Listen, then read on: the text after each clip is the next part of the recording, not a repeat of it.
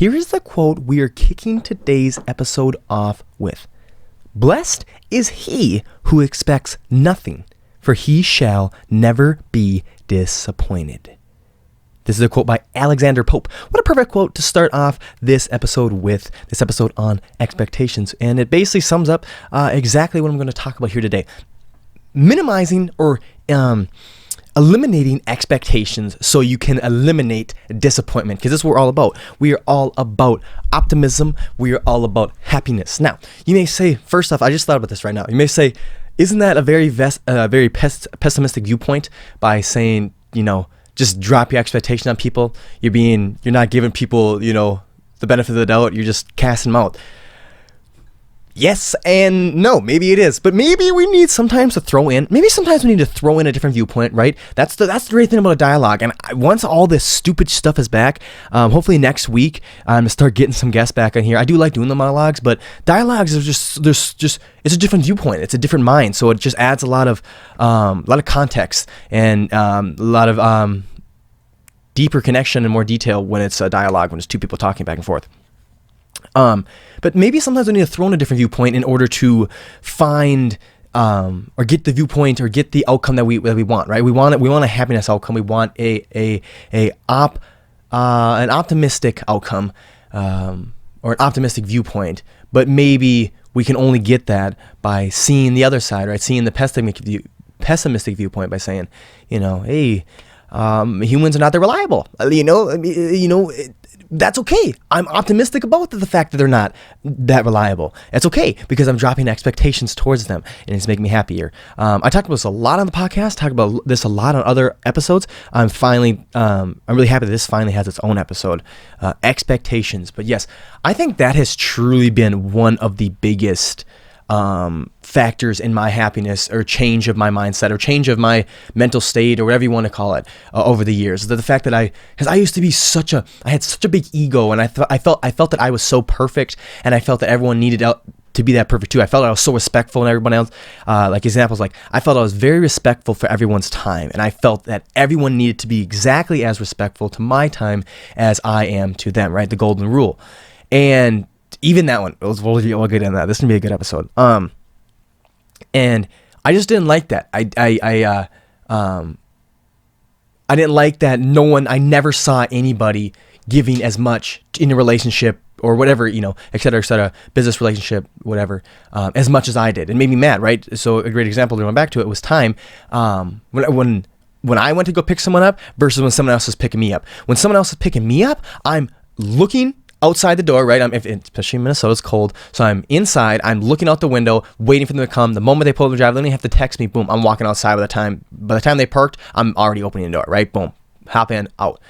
And then I go pick somebody up, I expect them to do the exact same. But a lot of times, especially with a lot of friends I had, they would take 5 minutes to get out. Sometimes it would take 10. Sometimes people wouldn't come home for 30 minutes. I would have to go inside, get them out, et cetera, et cetera.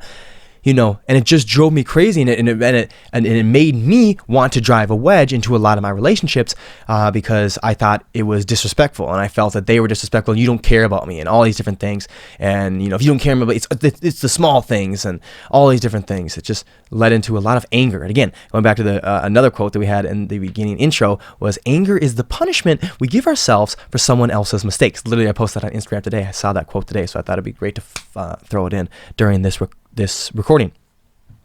So yeah, expectations, trying to eliminate expectations in the hopes to eventually eliminate the possibility of disappointment. I have a great article here today, because that's what got me on the topic of expectations anyway, is one of the podcasts I listen to called Philosophize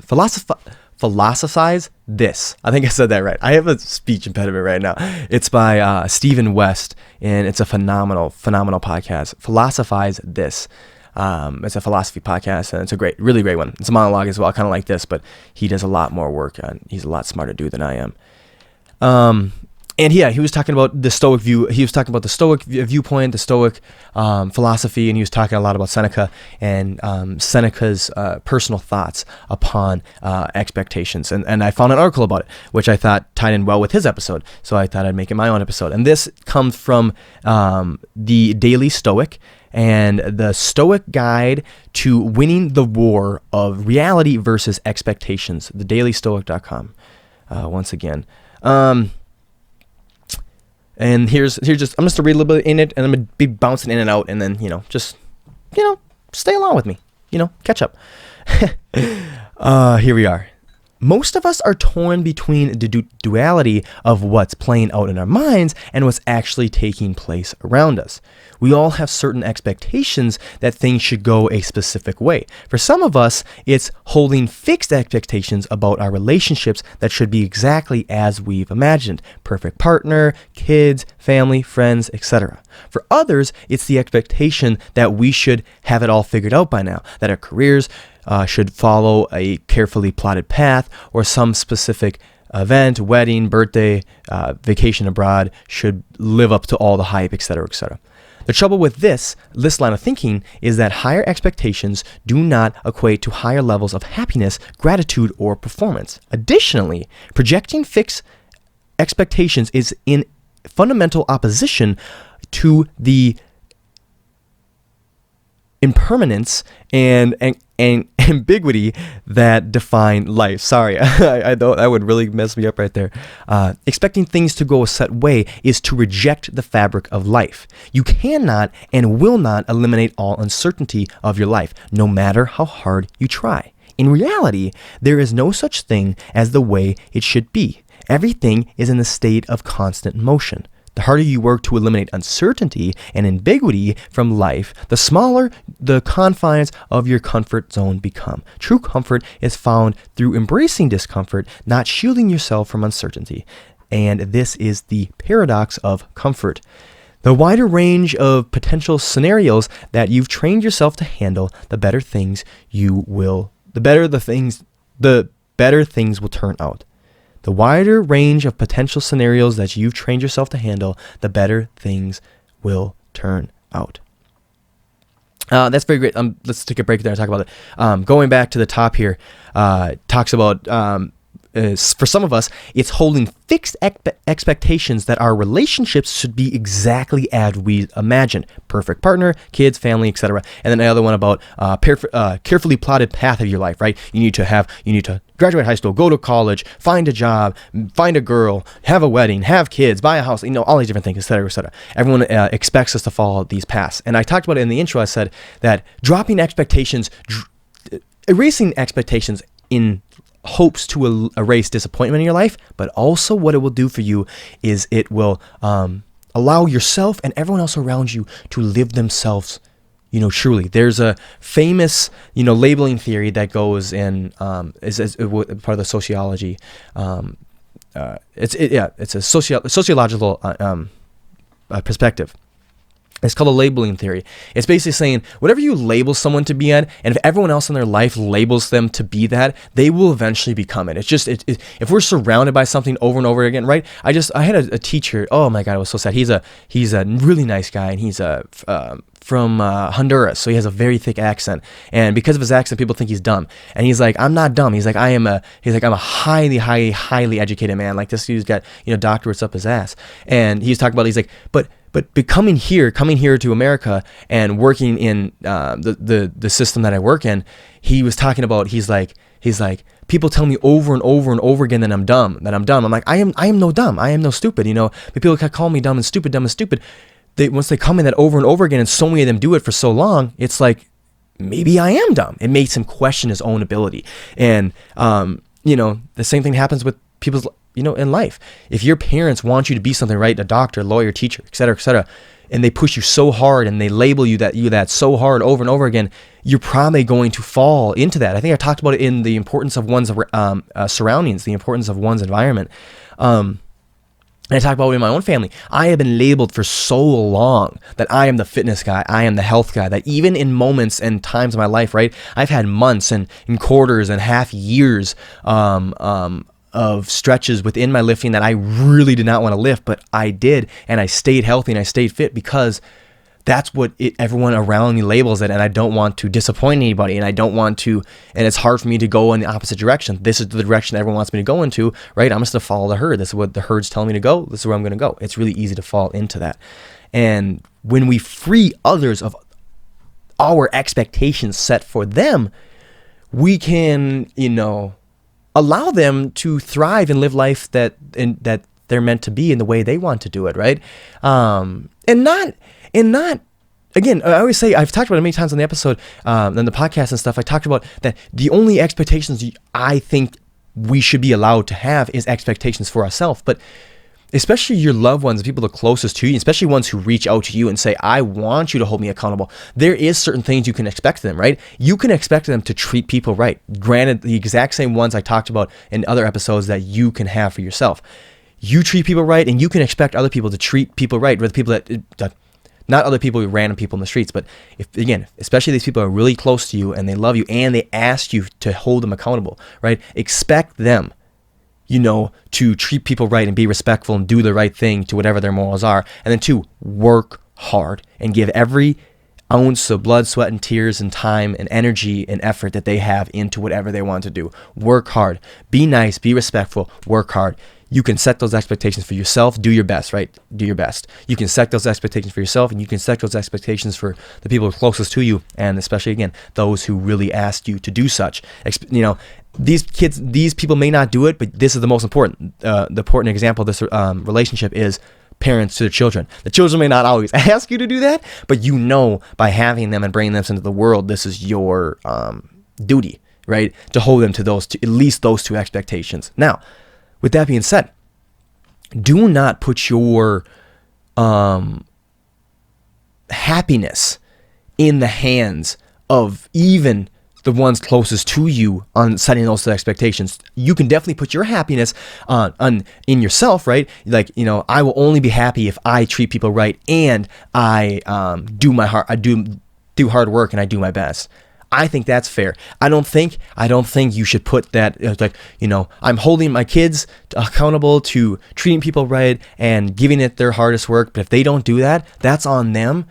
As long as I did my best as a father to hold them accountable and make sure they know they're accountable to that, and they still failed, I don't see myself as a failure, and that's not taking happiness away from me. I know that may be really, really, really hard. I can definitely imagine that. But I feel like that's what you have to do. Because, that's not you. That's not you. You can't expect other people to live the way you want to live. So yeah, dropping people, it's a win-win situation here. If mom drops the fact that she wants you to be a surgeon, a heart surgeon, so freaking bad, and you don't even like, biology in 9th grade, freshman year of high school, oh shit, man. Hey, it's a win-win, because if mom drops those expectations for you, you get to win life, right? You have an encouraging mom who just wants you to succeed in whatever route that is for you, so you get to go live your life that you want to live. And then mom doesn't get disappointed when you end up, dropping out, halfway through, your undergrad, and you're out there, on a yacht out in, Cancun or something with some girls popping bottles, It's a win-win situation. Expectations, they're very, very dangerous. Now I lost myself where I was on the article. Trainer cells. Yeah, okay, here we are. Continuing with the article. Well, actually, before we continue with the article, let's take a break for today's ads. All right, now that we're back. It's not that expectations are inherently dangerous, but they become exactly, dropped the mic. But they become exactly that as we fixate on a single outcome that's outside of what the Stoics deemed as our reasoned choice, one which we have little to no control over. Positive visualization, which is setting expectations sky high and fixating on the best case scenario, is not so much a strategy as it is a recipe for failure and a recipe for disaster. Sooner or later, you will end up wrecked by something beyond your control. Expectations outside your reasoned choice leave you fragile, rigid, and reactive, focusing your limited energy on trying to control every variable and getting from A to B like you've dreamed it in your heads is restrictive and ineffective. It limits what you will learn, what you will achieve, and the person you will be. Focusing your limited energy on trying to control every variable is getting from point A to point B like you dreamed in your heads is restrictive and ineffective. Oh my God. Glad I said that. how many times we use the football scenario so many times on this episode, right? Expectations, just like going back to the team thing, right? Expectations. You are the wide receiver, right? You're the wide receiver. You have two expectations. Well, you have one expectation for yourself as wide receiver. You are going to execute your job. That is your expectation. You are going to execute your job, and your happiness and your definition upon success in that play, in that moment, is based upon you getting your job done. That's okay. But guess what? Just as we talked many times before, there's 10 other people on your side of the field trying to make this play work. And it takes 10 other people working, together with you, 11 total, to make the play work, most efficiently, most effectively. You have the expectation for you can execute your job. I truly don't think. Now, you do expect in a way. This is here we go. Here's my predicament here. Y'all let me know what you think. In that moment, you can expect you to do your job, and you can low-key expect everyone else to do yours, because that's what you want to happen, because that's what you want for the team to happen, and not hope, but you put faith in everyone else that they're going to do their job, and the play is going to work out, and you're going to move in the positive direction for your team. But on the other hand, you only put your happiness and your definition of success individually. No. Okay. I even thought of another viewpoint on that, right? You put your expectations and happiness that you're going to do your job. So that's you're going to be happy whether, your happiness does not be dictated on the team's success in the play, but whether you got your job done. Right? So that's kind of what I've been saying the whole time. But now think about it.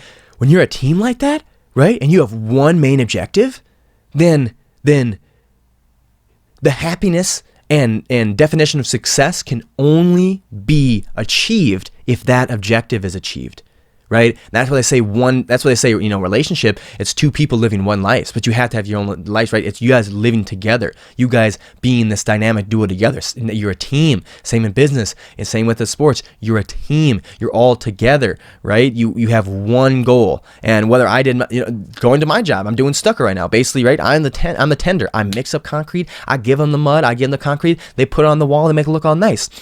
The whole objective is to make the customer happy and do the right mud and make the cement on the house look nice. If that is not achieved, the job was not successful. Whether or not I made all the mud correctly, I gave the mud timely, I did my job 100%. That was me, expecting me to do my best and achieve my best, and I did it. But the success of the job in its entire form, it's not okay, because it wasn't achieved because the other guy messed up. He didn't mud it right? He didn't do a good job on it. He didn't do a good job on the wall. He failed at his, but that I still can't have too much happiness because the team is one.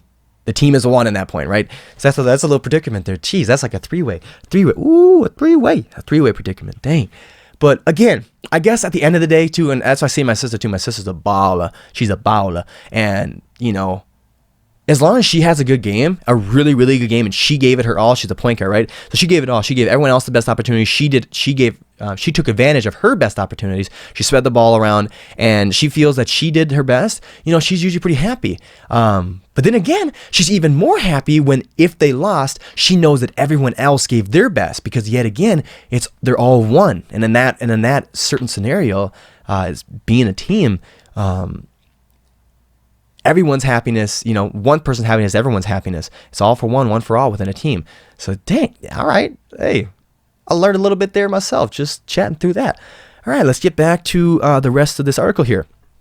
Negative visualization, contemplating the range of potential outcomes, including the unfavorable and worst case, is a far more effective technique offered by the Stoics, also known as premeditatio marobrum. So I'm guessing just premeditated. That's some sort of Latin right there. I don't know, man. I don't know what that is. But I'm guessing it's thinking ahead, just being like, yep, this is going to be bad. The greatest minds don't sit around thinking of a fanciful alternative reality where everything plays out according to plan. They actually develop the resourcefulness to navigate inevitable obstacles and turn them to their advantage. I like that. But again, it's called negative visualizations, right? So it sounds pessimistic, but at the end, right, they develop the resourcefulness to navigate inevitable obstacles and turn them to their advantage. They're using a negative visualization in order to become more happy.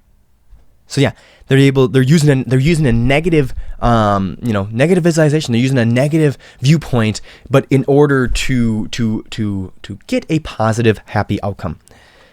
The only expectation worth holding is that you take advantage of opportunities to act in accordance with your own values and principles. You should expect to leverage your own resourcefulness and resilience to better yourself regardless of your current circumstances or obstacles. Create your own momentum. Exactly. The only expectation worth holding is that you take advantage of opportunities to act in accordance with your own values and principles. Boom. So you're working your hardest and you're treating people right, and treating people right to whatever your own morals and values and principles are. And same with working hard. Everyone's definition of hard work and doing your best is totally, totally different. It's 100% subjective to you as the individual. Whatever your values and principles and whatever your goals are, that is where your definition of hard work lies. You know, somebody's building billion-dollar businesses, some guys are fighting wars, some guys building a family. Those are 3 different goals, 3 different lives, 3 different types of moralities, 3 different types, in my opinion, definitions of what it would look like to be working hard. But again, in all one of those, right, it all comes down to doing your best. And again, doing your best is subjective, but just doing your best and giving it your all. It all comes down to your own perspective. Prepare yourself to handle a range of potential outcomes, develop confidence in that ability, and limit any expectations beyond your reasoned choice. When you adopt this mindset, you strip setbacks and external circumstances of the power to catch you off guard and dictate your life. Reality rewards resilience. Projecting fixed expectations in life blinds you to everything but the one-track imaginary path you predicted. At the foundation of each of these Stoic lessons is the negotiation of reality and expectations. Acknowledging this inner war allows you to bridge the gap and begin developing the mindfulness, focus, and resilience that it takes to make meaningful progress of your own. Otherwise, you run the risk of becoming disappointed and discontent with the only life you have. The only life you have. So don't let it be filled with disappointment. And you can do that. You have control over that by not letting your life be filled with expectations. Don't let your life be controlled or filled with expectations other than those for yourself, right? And I've talked about those, which I believe are just 2. And that is that you treat people right, you do the right thing, and you work hard and give it your all whenever needed. To whatever that is subjectively for you, to whatever your morals are, your values are, your principles are, that's what it is. Expectations. For real, I feel so much better that I've dropped them from people. I feel so much better that I don't expect, even outcomes that I can't control. I talked about that in the episode before, a few episodes before, that I believe I will be I'm going to work hard to do whatever I can, whatever this world is, to be a rich guy with lots of money and that allows me to have lots of freedom. That's all I want it for.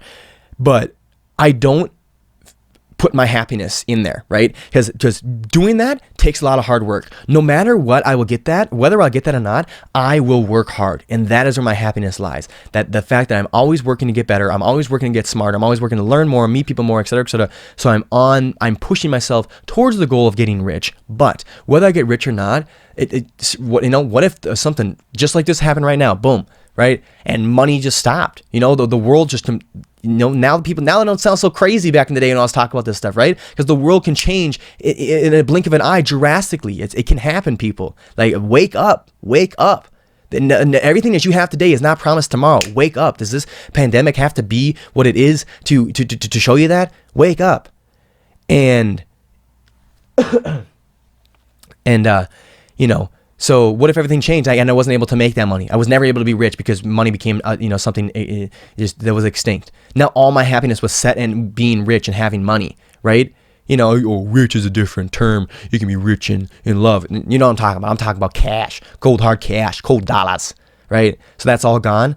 and I put all my happiness in there, then boom, I can't be happy the rest of my life. But whether the life, life 20 years from now just completely flipped upside down, even worse, and, money was never a real thing, but I worked hard these last 20 years, I'm going to be happy. I'm going to be extremely successful because I worked hard. Success and happiness are not an outcome. They're not a destination. That's what we're going to be talking about next week, is enjoying the process, enjoying the journey. Nothing is found at the outcome of the journey. What's found there is retirement or relaxation or peace, or contentment even. But it's not that happiness, maybe some, not even that satisfaction. That is found at the end of the day, every day, when you're working harder, getting better, treating people right, and, working your best and giving your best and giving your all. Expectations. Maybe if we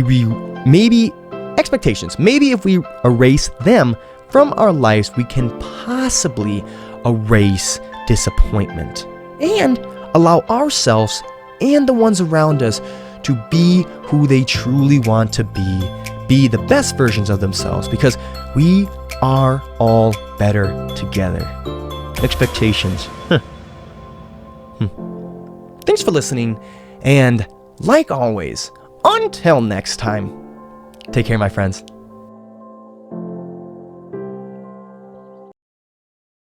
Thanks again for tuning into this episode, guys. I really hope y'all enjoyed it, and I really hope y'all found something to take away from the show today.